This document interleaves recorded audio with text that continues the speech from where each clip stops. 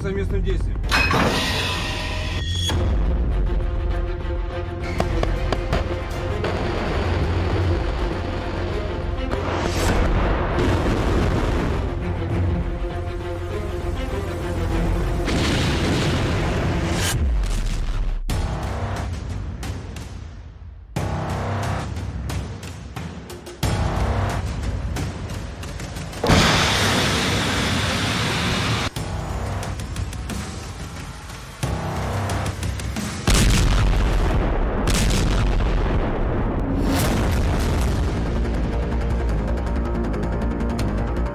रूस यूक्रेन जंग को लगभग 4 साल होने जा रहे हैं और अब युद्ध में कोई बातचीत नहीं हो रही, बल्कि बारूदी धमाके हो रहे हैं।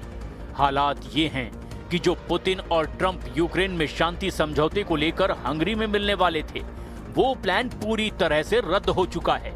हालात ये हैं कि रूस इस वक्त 2 मोर्चों पर गदर मचाए हुए है। पहला है पुतिन का मोर्चा, जो 21 अक्टूबर से लेकर 29 अक्टूबर के बीच 3 बड़े परमाणु एक्शन दिखा चुका है, जिसकी वजह से यूरोप, नेटो और अमेरिका के होश फाख्ता हो गए हैं। आप पुतिन के परमाणु एक्शन का इसी से अंदाजा लगा सकते हैं कि जो अमेरिका रूस के खिलाफ लंबी दूरी की क्रूज मिसाइल टॉमहॉक यूक्रेन को देने जा रहा था, वो अमेरिका अचानक अपने वायदे से पलट गया है।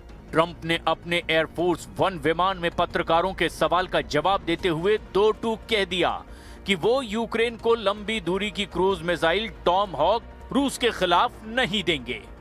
हैरानी की बात तो ये है कि रूसी सेना इस वक्त पूर्वी यूक्रेन में गदर मचाए हुए है।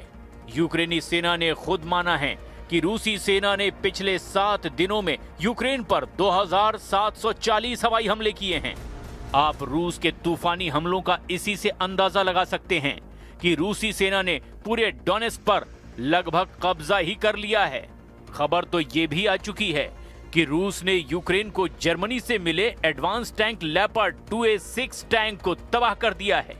जो ज़ेलेंस्की रूस के खिलाफ जर्मनी से मिले लेपर्ड टैंक को गेम चेंजर मान रहे थे, उन लेपर्ड टैंक के रूस ने चीथड़े उड़ाकर रख दिए हैं। जंग में हालात अब तेजी से बदल रहे हैं। हम शुरुआत करते हैं पुतिन के परमाणु तेवरों से घबराए ट्रंप ने कैसे टॉमहॉक पर ज़ेलेंस्की को डबल धोखा दे दिया है। टॉमहॉक पर ट्रंप का धोखा, पूर्वी यूक्रेन के उड़े चीथड़े। 1350 दिन की रूस यूक्रेन जंग में हालात तेजी से बदल चुके हैं। 15 अगस्त 2025 के बाद से रूस ने जिस तरह से 21 अगस्त से यूक्रेन पर हमले तेज किए हैं, उसने रूसी हमलों के सारे रिकॉर्ड तोड़ दिए हैं। रिपोर्ट के मुताबिक रूस ने पूर्वी यूक्रेन पर 10 गुना से ज्यादा हमले 21 अगस्त से अब तक किए हैं। आप रूसी हमलों की तीव्रता का इसी से अंदाजा लगा सकते हैं कि अकेले पूर्वी यूक्रेन में आने वाले डोनेस्क के 2 इलाके पोक्रोवस्क और कुपियांस्क में रूसी सेना ने भयंकर तबाही मचाई है। रूसी सेना का दावा है कि अकेले पोक्रोवस्क इलाके में ही 10,000 से ज्यादा यूक्रेनी सैनिकों को रूसी सेना ने चारों तरफ से घेर लिया है। खबर तो यहां तक है कि रूसी घेरे में फंसे 10,000 यूक्रेनी सैनिकों में से 5,500 ऐसे सैनिक हैं जो यूक्रेन के स्पेशल फोर्स, पैराट्रूपर्स और मरीन कमांडो हैं। रूस के रक्षा मंत्रालय का दावा है कि रूसी घेरे को तोड़ने के लिए यूक्रेनी स्पेशल फोर्स के जिन कमांडोज को भेजा गया था, उन कमांडोज में से 11 कमांडो को उनके हेलीकॉप्टर समेत मार गिराया गया।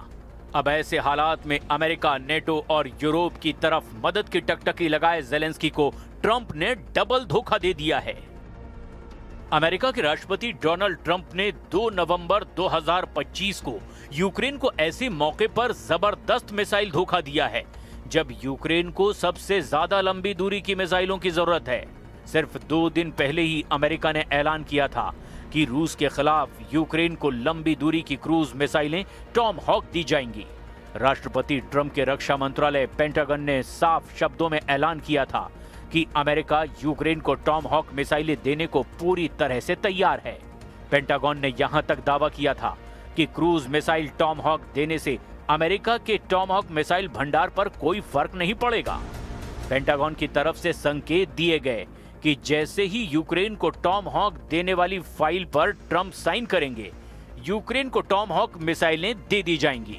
लेकिन इस ऐलान के सिर्फ 48 घंटे के अंदर ही ट्रंप ने यूक्रेन को टॉमहॉक मिसाइलें देने से साफ इनकार कर दिया है। जब एयरफोर्स वन विमान में सवार ट्रंप से सवाल किया गया कि क्या यूक्रेन को लंबी दूरी की टॉमहॉक क्रूज मिसाइलें देने पर विचार कर रहे हैं, तो ट्रंप ने जवाब दिया, नहीं, बिल्कुल नहीं। हालांकि उन्होंने ये भी कहा कि वो अपना विचार बदल सकते हैं। हाल के दिनों में आई रिपोर्ट में कहा गया कि पेंटागन ने व्हाइट हाउस को बताया था कि अमेरिका के टॉमहॉक मिसाइलों का भंडार यूक्रेन को आपूर्ति करने के लिए पर्याप्त है।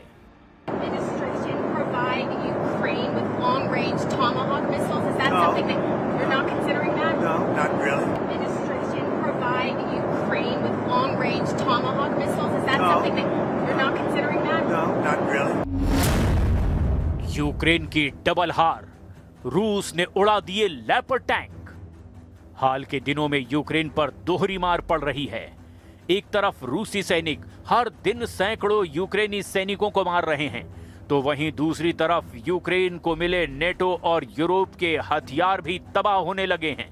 रूस यूक्रेन युद्ध में राष्ट्रपति जेलेंस्की के लिए गेम चेंजर माने जा रहे जर्मनी के खतरनाक लेपर्ड टैंक के रूसी सेना ने टुकड़े टुकड़े कर दिए हैं।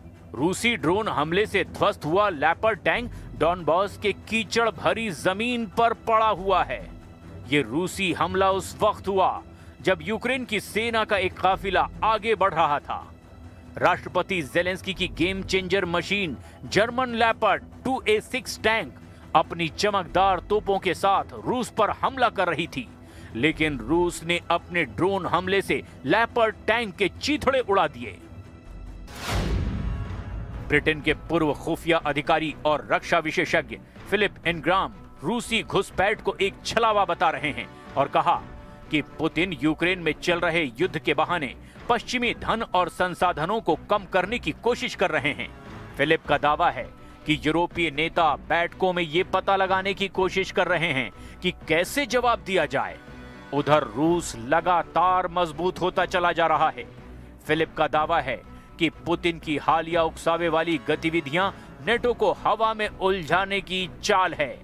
ब्रिटिश मीडिया आउटलेट द सन के कार्यक्रम बैटल प्लान्स एक्सपोज्ड में फिलिप इनग्राम ने कहा, हमने नाटो हवाई क्षेत्र का उल्लंघन करने वाले रूसी विमानों की संख्या में भारी वृद्धि देखी है, जिससे गठबंधन की राजनीति और सैन्य दोनों ही सीमाएं पार हो गई हैं और उसकी परीक्षा हो रही है। फिलिप के मुताबिक रूसी मिग 31 लड़ाकू विमानों ने एस्टोनिया के हवाई क्षेत्र में 12 मिनट तक घुसपैठ की, जिससे पूरा यूरोप सकते में आ गया था। पिछले 2 हफ्तों में यूरोप में लड़ाकू विमानों के आमने सामने की झड़पें, रहस्यमय बड़े ड्रोन और साइबर हमले देखे गए हैं। इसके अलावा पोलैंड और रोमानिया में भी रूसी ड्रोन की घुसपैठ देखी गई है। हालांकि रूसी मीडिया और क्रेमलिन ने इन खबरों को फर्जी बताया और पूरी तरह से नेटो का इसे दुष्प्रचार करार दिया। Удар був складний, комбінований, спеціально прорахований, що було важко протидіяти. Були і ракети, включно з балістикою та аеробалістичними, 52 ракети загалом. Більше 600 ударних дронів, із них шахеди близько 400. Більшість дронів знешкодили, 2/3 ракет теж збито. 5000 किलोमीटर में जीता रूस, रौंद दिया यूक्रेन। अगर हम पिछले 7 दिनों की रिपोर्ट्स की बात करें तो रूस अब तक यूक्रेन के 27 इलाकों पर जबरदस्त हवाई हमले कर चुका है। यूक्रेनी दावों के मुताबिक रूस ने आधी रात में यूक्रेन पर ड्रोन, मिसाइल और गाइडेड बमों से भीषण हमले किए हैं। दावा किया गया कि रूस ने किंजल बैलिस्टिक मिसाइलों से भी हमले किए हैं। यूक्रेन के पश्चिमी भाग में इवानो फ्रैंकव्स्क, जापोरेजिया, ओडेसा, खेरसोन, सुमय, खार्किव और चेरनिव समेत करीब 27 क्षेत्र रूसी हमलों से दहल चुके हैं। राष्ट्रपति व्लादिमीर जेलेंस्की के मुताबिक मॉस्को ने यूक्रेन के सिर्फ 9 क्षेत्रों पर ही 50 से ज्यादा बैलिस्टिक मिसाइलें और लगभग 500 ड्रोन दागे थे। अब आप ये भी जान लीजिए कि राष्ट्रपति पुतिन ने यूक्रेन पर ताजा हमले और कब्जे को लेकर क्या-क्या दावे किए हैं।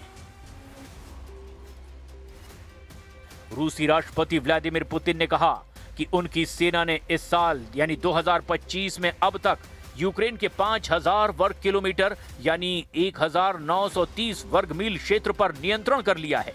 पुतिन ने सैन्य कमांडरों के साथ एक बैठक में बोलते हुए कहा कि युद्ध के मैदान में पूरी रणनीतिक पहल मॉस्को के पास है, हम बढ़त बनाए हुए हैं।